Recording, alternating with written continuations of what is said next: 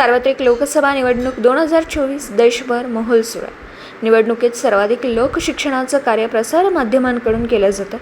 त्यासाठी जिल्हा निवडणूक कार्यालयाच्या सहकार्याने जिल्हाधिकारी डॉक्टर राजा दयानिधी यांच्या सूचनेनुसार जिल्हा माहिती कार्यालय सांगली यांच्याकडून सांगली जिल्ह्यातील लोकसभा मतदारसंघाच्या पूर्वपीठिकेचे प्रकाशन आज मंगळवार दिनांक 23 एप्रिल रोजी जिल्हा निवडणूक अधिकारी तथा जिल्हाधिकारी डॉक्टर राजा दयानिधी, मनपा आयुक्त शुभम गुप्ता, जिल्हा परिषद मुख्य कार्यकारी अधिकारी तृप्ती धोडमिसे, पोलीस अधीक्षक संदीप घुगे यांच्या हस्ते करण्यात आला.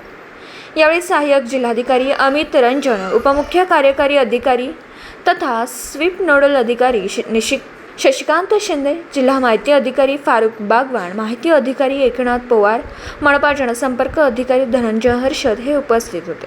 लोकसभा सार्वत्रिक निवडणूक 2024च्या अनुषंगाने माध्यमे तसेच अभ्यासकांसाठी अत्यंत उपयुक्त असलेल्या या पूर्वपीठिकेत सांगली जिल्ह्यातील सन 1951 पासून ते सन 2019 पर्यंत घेण्यात आलेल्या लोकसभा सार्वत्रिक निवडणुकीतील विजयी पराभूत उमेदवार, त्यांना मिळालेले मतदान याबाबतचा सर्वकष आढावा घेण्यात आला. ही पूर्वपीठिका माध्यम प्रतिनिधी तसेच अभ्यासकांना उपयुक्त आहे. या पूर्वपीठिकेत लोकसभा सार्वत्रिक निवडणूक 2024च्या अनुषंगाने जिल्हाधिकारी तथा जिल्हा निवडणूक अधिकारी डॉक्टर राजा दयानिधी यांचं आवाहनपर मनोगत प्रसिद्ध करण्यात आलं. सांगलीच्या मदनी चॅरिटेबल ट्रस्टचे संस्थापक अध्यक्ष हाफिज सद्दाम सय्यद आणि महासचिव सुफियान पठाण यांच्यासह अनेक सामाजिक संघटनांचे पदाधिकारी यावेळी उपस्थित होते. यावेळी बोलताना मदनी चॅरिटेबल ट्रस्टचे महासचिव सुफियान पठाण यांनी येणाऱ्या निवडणुकीच्या मतदानापर्यंत 2 शुक्रवार मिळतात. शुक्रवारच्या नमाजच्या वेळी मोठ्या संख्येने समाज बांधव उपस्थित असतात.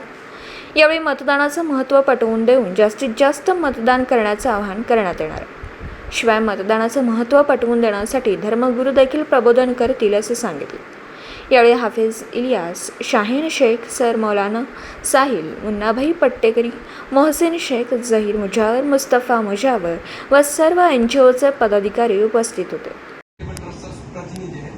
सर, बोलायचं एवढं आहे की एक सजेशन छोटा होता. आमची संस्थेमध्ये 300 मशीनचे धर्मगुरू आम्हाला अटॅच आहेत. तर त्या आता आमच्या जुम्माची जी नमाज असते ती सगळी महत्वाची नमाज असते. आता आपल्याला 2 शुक्रवार भेटतात सर, जुम्मा 2 भेटतात. तर त्या ठिकाणून ऐलान जर झाला सर की असं सर सगळी लोक बाहेर पडून मतदान करा तर टक्केवारी वाढू शकते सर.